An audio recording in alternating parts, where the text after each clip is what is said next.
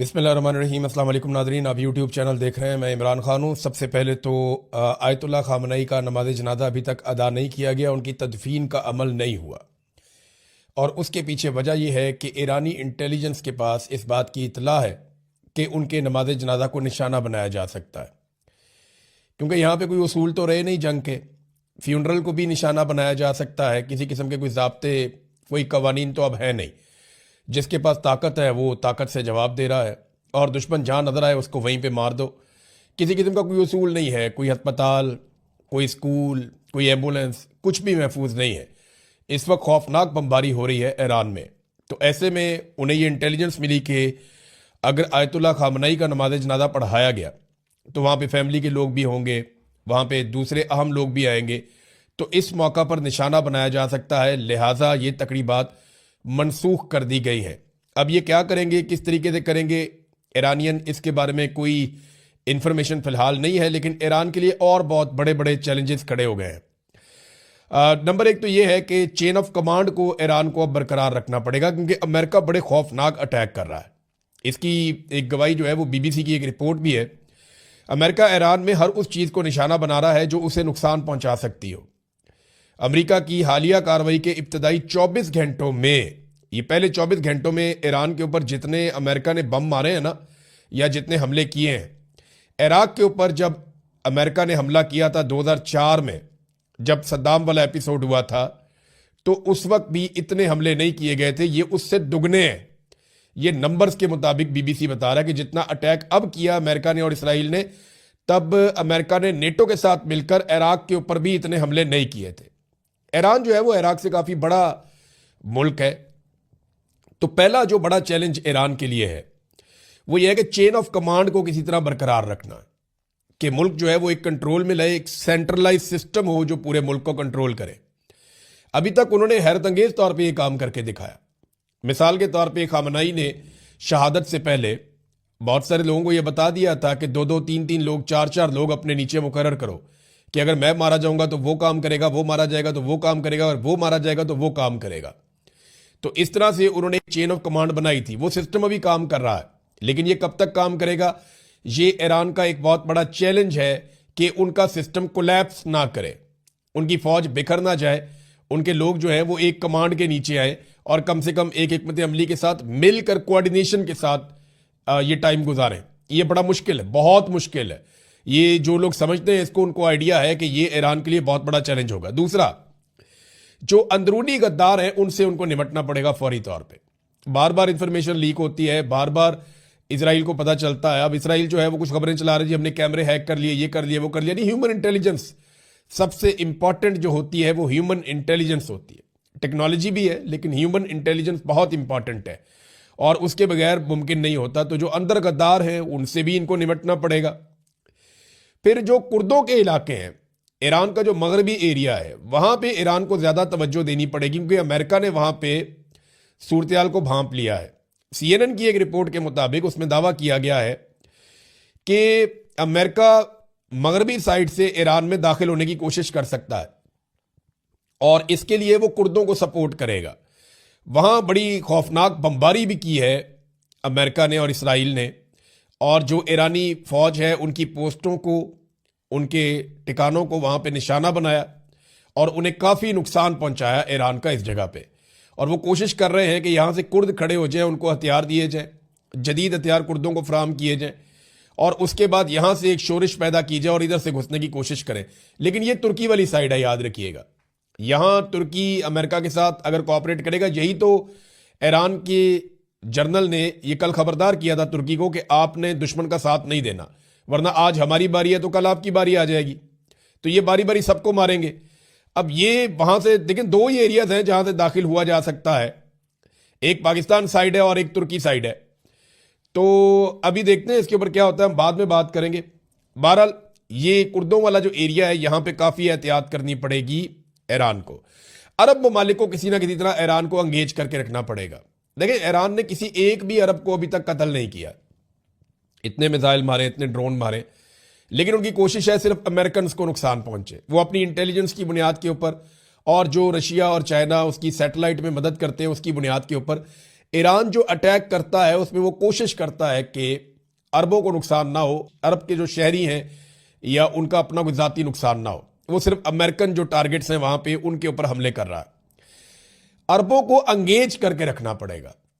लेकिन अभी कोई ऐसी खबर नहीं आई कि ईरानी सफीर को तलब कर लिया गया, वहां पे बुला के कोई, वो वार्निंग तो जारी कर रहे हैं बार बार अरब ममालिक, हमलों को रोकने के लिए इंटरसेप्टर्स भी इस्तेमाल कर रहे हैं, लेकिन जवाबी हमला ईरान के ऊपर नहीं किया। तो ईरान को ये किसी ना किसी तरह मैनेज करना होगा कि जो खलीजी ममालिक हैं उनके साथ ज़्यादा बिगाड़ पैदा ना हो। फिर जो मिसाइल और ड्रोन साइट्स हैं ईरान की, जो खुफिया हैं, जिनके बारे में अमेरिका को पता नहीं है, उन्हें चलाने का निज़ाम और अमरीकी और इसराइली हमलों से उनको मुकम्मल तौर पर महफूज रखना होगा कि ये ड्रोन कहाँ पहुंचाने हैं, कहाँ से चलाने हैं, ये मिसाइल कहाँ पहुंचाने हैं, कहाँ से चलाने हैं, सबको खुफिया उन्हें रखना पड़ेगा लंबे अरसे तक, जब तक ये लड़ाई चल रही है। और जो प्रोडक्शन है उनकी ड्रोन्स की और मिसाइलों की, वो ईरान को बरकरार रखनी पड़ेगी। बहुत बड़ा चैलेंज है ईरान के लिए। फिर खुराक और हथियारों के जो ज़खायर हैं उनको भी मुस्तहकम रखना पड़ेगा। ये हैं वो बड़े चैलेंजेस जिनका ईरान को सामना है। लंबे अरसे तक ये सारा कुछ करना बहुत मुश्किल है, नामुमकिन जैसी चीज़ों में से है, लेकिन ईरान ने अभी तक करके दिखाया है। अमेरिका ने, मैंने आपको बताया कि बहुत बदतरीन बमबारी की है ईरान के ऊपर, और वो लगातार कर रहे हैं, जगह जगह अपने टारगेट अचीव कर रहे हैं। ऐसा नहीं है कि ईरान को नुकसान नहीं हो रहा। ईरान के बहुत सारे शहरों में, लगभग ईरान के 24-25 सूबे हैं जो मुतासर हो चुके हैं, और बहुत दूर तक अमेरिकन जाके अटैक कर रहे हैं, इसराइली जाके अटैक कर रहे हैं। क्योंकि देखो, जो एयर डिफेंस है वो ईरान के पास नहीं है, और वो कंप्रोमाइज हो चुकी है। वहां पे अमेरिकन और इसराइली तैयारे आते हैं और हमले करते हैं। लेकिन अभी कुछ इंसिडेंट हुए, मैं आपको बताता हूं ईरान ने क्या किया गुज़िश्ता 24-48 घंटों में।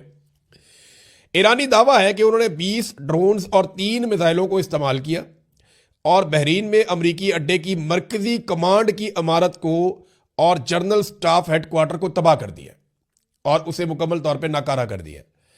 और इसके बाद जनाब वो बता रहे हैं कि 73 मिसाइलों की मदद से और 91 ड्रोन्स की मदद से बहरीन में लगे हुए अमरीकी एयर डिफेंस सिस्टम को ईरान ने तबाह कर दिया। अब ये बहुत बड़े बड़े दावे हैं, ये अमेरिका के बहुत बड़े नुकसान हैं। कुछ इतलात ये भी आ रही हैं कि यूएई में दुनिया का सबसे महंगा एयर डिफेंस सिस्टम है जो अमेरिका का लगा हुआ है, उसे भी हमला करने के बाद नकारा बनाया गया है। इसके हवाले से कुछ सैटेलाइट तस्वीर भी सोशल मीडिया पर शेयर की जा रही है। फिर एक अमरीकी F-35 तैयारा गिरकर तबाह हुआ ईरान में। ये F-35 को दुनिया का जदीद तरीन तैयारा इस वक्त कहा जाता है। दुनिया में इसकी बड़ी डिमांड है, लेकिन ये बहुत महंगा तैयारा है। इसराइली फौज भी इसे इस्तेमाल करती है, अमेरिकन फौज भी इसे इस्तेमाल करती है।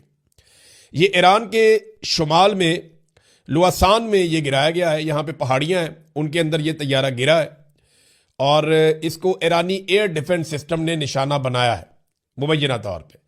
वो चाइना से इन्होंने HQ-9 लिया हुआ है एयर डिफेंस सिस्टम, तो दावा ये किया जा रहा है कि शायद उसके जरिए से गिराया गया है। और पायलट जो है उसको अब पहाड़ों में तलाश किया जा रहा है कि इसके जो पायलट है F-35 का वो किधर है जी, उसको ढूंढो। अब देखते हैं कि ये पायलट ईरान के हत्थे लगता है, नहीं लगता, क्या होता है। अमेरिका के 7 रेडार सिस्टम मुकम्मल तौर पर तबाह हुए हैं। इस हवाले से जो खबर है वो मैं आपको उसकी तफसील बता देता हूँ। अमरीकी अखबार न्यूयॉर्क टाइम ने दावा किया है कि ईरान ने मशरिक़ वस्ता में अमरीका के 7 रेडार सिस्टम तबाह कर दिए हैं। इसी अखबार के मुताबिक, न्यूयॉर्क टाइम के मुताबिक, सैटेलाइट तस्वीर से अमरीकी तनसीबात की तबाही की तस्दीक हो गई है। ईरान ने अमरीकी फौज का कम्युनिकेशन सिस्टम तबाह करने की कोशिश की है। कतर, बहरीन, कुवैत, सऊदी अरब और मुत्तहदा अरब अमारात में अमरीकी तनसीबात को निशाना बनाया गया है। अखबार के मुताबिक सेंटकॉम के तर्जुमान ने इस हवाले से बात करने से इनकार किया है, गुरेज किया है। तहम बहरीन में अमेरिका का सबसे बड़ा रेडार सिस्टम तबाह हो गया है, यहां पर भी तस्दीक हो रही है। बहरीन में अमरीकी रेडार सिस्टम नेवल ऑपरेशन की निगरानी करता था। ये बहुत बड़ी तबाही है जो हो रही है अमेरिका की। इसमें ना CNN बहुत खौफनाक रिपोर्टिंग कर रहा है।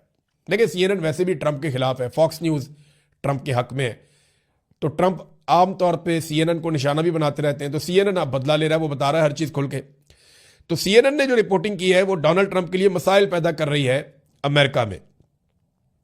वो सैटेलाइट तस्वीरें दिखा रहे हैं, वो बार बार दिखा रहे हैं, जनाब ये देखें जगह पहले ठीक होती थी, ये देखें अब तबाह हो गई है। तो CNN सबूतों के साथ डोनाल्ड ट्रंप की मंजी अमेरिका में ठोक रहा है। अब 9 अड्डों पर हमले किए गए हैं CNN के मुताबिक और उन्हें तबाह किया गया है। ये अमेरिका के मुख्तलिफ ममालिक में अड्डे हैं और इस पर उन्होंने एक रिपोर्ट भी जारी की है। फिर उन्होंने बताया कि बहरीन में सैटेलाइट कम्युनिकेशन टर्मिनल हिट हो गया है। इसकी उन्होंने वीडियोज भी दिखाई कि जनाब ये अमेरिकी हेलीकॉप्टर भी तबाह हो गए वहां पे एक जगह पे, इसी एक अड्डे के अंदर, और कम से कम 5 सैटेलाइट कम्युनिकेशन टर्मिनल अमेरिका के तबाह हो गए हैं।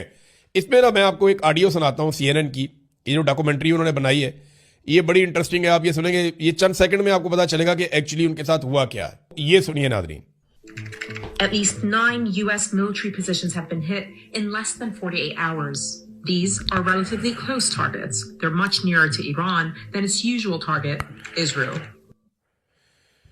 वो कह रहे हैं जी 9 साइट्स को निशाना बना दिया है और 48 घंटों के अंदर ईरान ने, और इसराइल के ऊपर ईरान अलग से अटैक्स कर रहा है। अब अमेरिका के अंदर क्या हो रहा है, अमेरिका के अंदर ब्रीफिंग दी गई है अमेरिका के कांग्रेसमैन को, सेनेटर्स को, वो सर पकड़ के बैठ गए हैं कि ब्रीफिंग के अंदर उनको समझ ही नहीं आई। ब्रीफिंग से निकलने वाले लोगों ने क्या कहा जरा ये सुनिए। सबसे पहले ये वुमन कांग्रेसमैन है मिलानी, ये कहती हैं जी कि मैं अभी एक जंग से मुतालिक ब्रीफिंग से निकली हूं। ट्रंप इंतजामिया से मेरा सवाल था क्या उन्होंने कभी अमरीकी आइन को पढ़ा है। ट्रंप हुकूमत ये तक वादे नहीं कर सकी कि वो ईरान के साथ जंग में क्यों है, जंग के बाद का मंसूबा क्या है या इसकी कानूनी बुनियाद क्या है। उन्हें बिल्कुल कोई अंदाजा नहीं कि क्या हो रहा है। ये तो जनाब एक सेनेटर ने कहा। एक और खातून सेनेटर है एलिजाबेथ वारन, उन्होंने कहा कि मैं अभी अभी ईरान के हवाले से एक अहम मीटिंग से आ रही हूं। अमरीकी बाशिंदे ठीक परेशान हो रहे हैं। ट्रंप को कुछ समझ नहीं आ रही कि उसने इस गैर कानूनी जंग में बिला वजह अमरीका को क्यों धकेल दिया है और अब इस अजाब को खत्म कैसे करेगा। यह जनाब एक और सेनेटर का स्टेटमेंट है। सेनेटर क्रिस मर्फी, उनका भी स्टेटमेंट है। उन्होंने कहा मुझे जो ब्रीफिंग दी गई है इसमें बताया गया कि ईरान के ड्रोन का हमारे पास कोई हल नहीं है। इसका मतलब यह है कि इस जंग में मजीद अमेरिकन अपनी जानें देंगे।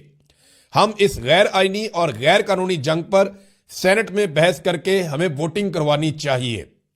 यह तो डोनाल्ड ट्रंप के लिए बड़ा मसला बन जाएगा अगर वहां पे वोटिंग हो जाती है तो।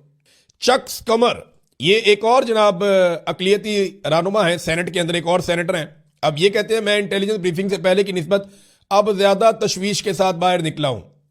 मैं मुतमईन नहीं हुआ। अगर जंग के हक में मुकदमा मजबूत होता तो इसकी वजह एक जैसी और वादे होती, लेकिन यहां तो हर घंटे जंग का जवाब ही बदल रहा है। कभी रजीम चेंज, कभी जौहरी हथियार, कभी मिसाइल, कभी दिफा, कभी पेशगी हमला। आखिर असल वजह क्या है? जब जवाब बार बार तब्दील हो तो इसका मतलब है कि कोई वाज़ेह हिकमत अमली मौजूद नहीं है। यहां कोई हिकमत अमली नजर नहीं आ रही है। जनाब ये सूरत हाल है अमेरिका के अंदर और लगातार तनकीद हो रही है। तो नादरीन ये सूरत हाल है अमेरिका के अंदर। अमेरिकन अपने सेनेटर्स को और कांग्रेसमैन को मुतमईन नहीं कर पा रहे। अमेरिकन हुकूमत के पास कोई जवाब नहीं है, कोई आईनी और कानूनी जवाब नहीं है। लेकिन डोनाल्ड ट्रंप के साथ हुआ क्या? मादुरो को उठाने के बाद डोनाल्ड ट्रंप का कॉन्फिडेंस बहुत बढ़ गया कि हम किसी मुल्क में जाएंगे वहां की क्यादत को भी उठा लेंगे। डोनाल्ड ट्रंप का एतमाद बढ़ता जा रहा था। शहबाज शरीफ जैसे लोग उनकी पॉलिश कर रहे थे और उसकी वजह से डोनाल्ड ट्रंप को लगा कि वो जो कर सकते हैं वो कोई नहीं कर सकता और वो बहुत ताकतवर है। इसके बाद जिस तरह उन्होंने बोर्ड ऑफ पीस बनाया उससे उनका कॉन्फिडेंस और बढ़ गया। तो नेतन्याहू ने चढ़ा के डोनाल्ड ट्रंप को ईरान से लड़वा दिया और अब डोनाल्ड ट्रंप एक ऐसी लड़ाई में फंस गया जिसकी वजह से मिडिल ईस्ट में अमेरिका के तकरीबन तमाम अड्डे मुतासिर हो गए और अमेरिकन का वहां रहना मुश्किल हो गया और पूरी की पूरी दुनिया स्टक हो गई। और इसका कोई जवाब डोनाल्ड ट्रंप के पास इस वक्त नहीं है। जहां ईरान के लिए बहुत बड़े बड़े चैलेंजेस हैं वहां डोनाल्ड ट्रंप भी बहुत बुरी तरह फंस गया है और अब बचने का रास्ता सिर्फ एक ही है कि आपको पीछे हटना पड़ेगा या कामयाबी साबित करनी पड़ेगी, और कोई रास्ता नहीं है। नादरीन आबनाए हरमज अभी तक बंद है। सिर्फ वहां से चीन का तेल जा रहा है और किसी का नहीं जा रहा। और चीन का तेल इसलिए जा रहा है कि चाइना सबसे बड़ा खरीदार है ईरान के तेल का भी। ईरान अपना 90% तेल लगभग चाइना को बेचता है और चाइना 400 अरब डॉलर की इन्वेस्टमेंट ईरान के अंदर करने का इरादा भी रखता है। अमेरिका के अरबों डॉलर खलीज के अंदर डूब रहे हैं जबकि खलीजी ममालिक का भी बहुत पैसा जाया हो रहा है। इस वक्त तक की इतला के मुताबिक जो खलीजी ममालिक के इंटरसेप्टर्स हैं वो खत्म हो रहे हैं और एक रिपोर्ट आई है द इकोनॉमिस्ट की। वो रिपोर्ट ये बता रही है कि खलीजी ममालिक जिस तेजी से इंटरसेप्टर्स को इस्तेमाल कर रहे हैं इतनी तेजी से अमेरिका बना भी नहीं सकता। वो एक एक दिन में इतने मिसाइल दाग रहे हैं खलीजी ममालिक सिर्फ हमलों को रोकने के लिए जितने मिसाइल अमेरिका एक महीने में नहीं बना सकता। तो ये इस्तेमाल जो है ये किल्लत पैदा कर देगा इंटरसेप्टर्स की और उसके बाद ये मौजूद नहीं होंगे। जब ये खत्म हो जाएंगे तो फिर ईरान के पास ज्यादा फ्री हैंड होगा। और ईरान ये कह रहा है कि उसने अपने बेहतरीन हथियार को इसलिए बचाकर रखा है कि जब इंटरसेप्टर्स खत्म हो जाएंगे तब वो इन हथियारों का इस्तेमाल करेगा। अब नाज़रीन थोड़ा सा आपको बताते हैं कि यूरोप क्या कर रहा है।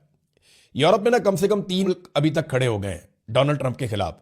सबसे पहले स्पेन के वज़ीर आज़म खड़े हुए, उन्होंने स्टेटमेंट दिया उन्होंने कि जंग ही गलत है, ये गैर कानूनी गैर आईनी जंग है। और नेतन्याहू के खिलाफ उन्होंने स्टेटमेंट भी दिया, उन्होंने कहा नेतन्याहू जो है ये कातिल है गजा के बच्चों का और ये जंगी मुजरिम है और हम ऐसी चीज का हिस्सा नहीं बन सकते। और उन्होंने अपने अड्डे देने से भी इनकार कर दिया। डोनाल्ड ट्रंप ने बाद में धमकी दी, जनाब हम जब चाहेंगे इस्तेमाल कर लेंगे, हमें कोई नहीं रोक सकता। और तजारती पाबंदियां भी लगा दी स्पेन के ऊपर। तो स्पेन के वजीर आज़म ने दोबारा जवाब दिया, उन्होंने कहा हम अपना मामला देख लेंगे, यूरोपीय यूनियन के साथ अमेरिका अपने मुआहदों की पासदारी करे। तो स्पेन तो डट के खड़ा हो गया मजबूती के साथ। दूसरी तरफ जो फ्रांसीसी सदर मैक्रोन है, उन्होंने भी इस लड़ाई की मुखालफत कर दी है। वो भी सामने आकर खड़े हो गए हैं कि जनाब ये लड़ाई ठीक नहीं हो रही और इस लड़ाई को कोई जवाब फराहम नहीं किया जा सकता। इसके अलावा सर्बिया के सदर ने भी कहा है कि ये जो इकदाम किए गए हैं इनसे दुनिया जहन्नुम बन जाएगी अगर होश के नाखून ना लिए गए तो ये कम से कम 3 लोग खड़े हो गए हैं। और आहिस्ता आहिस्ता ऐसा लगता है कि यूरोप अमेरिका के इस एडवेंचर के खिलाफ खड़ा हो जाएगा। और नेतन्याहू ने अमेरिका को फंसा दिया एक दलदल के अंदर। अमेरिका में बेशुमार लोग अब ये बात कर रहे हैं, अवाम ये बात कर रही है, सियासतदान ये बात कर रहे हैं, उनका मीडिया ये बात कर रहा है, उनके एक्टिविस्ट ये बात कर रहे हैं कि अमेरिका को नेतन्याहू ने कंट्रोल किया और फंसा दिया और डोनाल्ड ट्रंप एक ऐसे जाल में फंस गए हैं जहां पे अब कोई जवाब नहीं है। नाज़रीन जरा पाकिस्तान की सूरत हाल आपके साथ शेयर कर लेते हैं। पाकिस्तान में गैस और पेट्रोल के ज़खायर जो है वो बड़े महदूद होते हैं, ये बात आप ज़हन में रखिएगा। हमारे पास कोई बहुत बड़ा स्टोरेज का जरिया नहीं है, हमारे पास कोई इतने बड़े बड़े टैंकर्स नहीं है कि हम 2-2 महीने 4-4 महीने के अपने ज़खायर जमा कर लें।